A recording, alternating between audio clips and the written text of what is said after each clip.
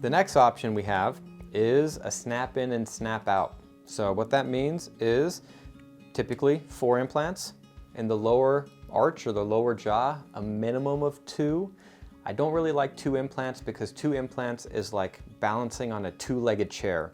You're gonna bounce back and forth. Every time you chew on the front teeth, it's gonna rock forward. Every time you chew on the back teeth, it's gonna rock backwards. So if we can place 3, then it's like being on a tripod. You're gonna be a little bit more stable. And then 4, it's like being on a 4-legged chair, 4-legged table, right? You're gonna have some stability there. So just like the name, it's called an overdenture or snap in, snap out.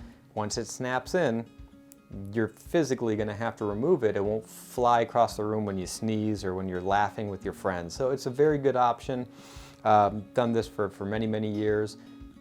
I like it, but I think there's better options nowadays with the fixed full arch of teeth, and I'll kind of explain those options to you in a couple of minutes, but the snap in and snap out is also a good option.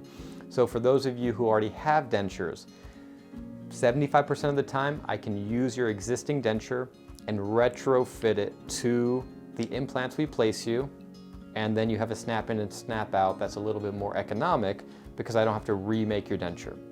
If your denture is 5, 7 years old, you're gonna wanna remake it. The thing is gonna have some mileage on it, and it's not worth it to just retrofit the denture. But for some patients, it's an option to kind of save some money if you had dentures in the past year or 2, and you're just looking to get the thing more stable. The negatives are, still denture teeth, still plastic teeth, easy to break. Everywhere there's one of these little cylinders, it's a little bit weaker. So, I mean, when you clean this thing, you're cleaning it over the sink. Ideally, the sink has water in it, so if you drop it, it falls into water, so it doesn't fall and hit porcelain because it'll break. And typically it breaks through one of these cylinders that are here. It's just a point of weakness, a structural weakness within the denture that we haven't solved. Sometimes we put a metal framework in here so we can prevent breaking, but still, it's still a point of weakness. You can still fracture it through these areas. You still get food stuck underneath them. You still take them out and put them in a jar. I don't like that. I don't like that we're this far, it's 2021, we have all this amazing technology and I still gotta have you take your teeth out and put them in a jar. Not a fan of that. So we've kind of dedicated the practice to more technology. We've looked into a lot of different options to get you a fixed full arch of teeth, and that's kind of where we hope everyone gets. And because we have an in-house lab, we're able to do that much more from a cost-effective perspective.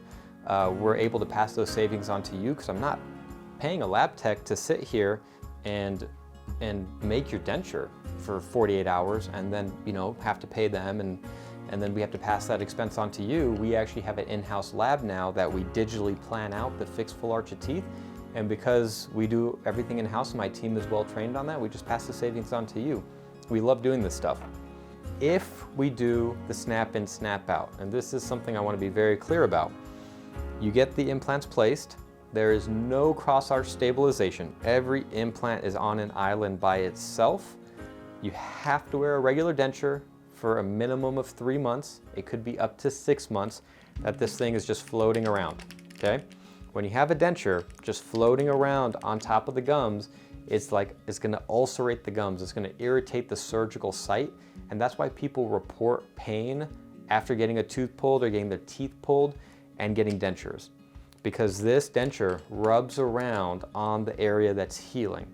And I can't put pressure on an individual implant for 3 to 4 months because the body has to fuse to the implant, and it takes about 3 to 4 months for that to occur. So another big negative of the snap in, snap out.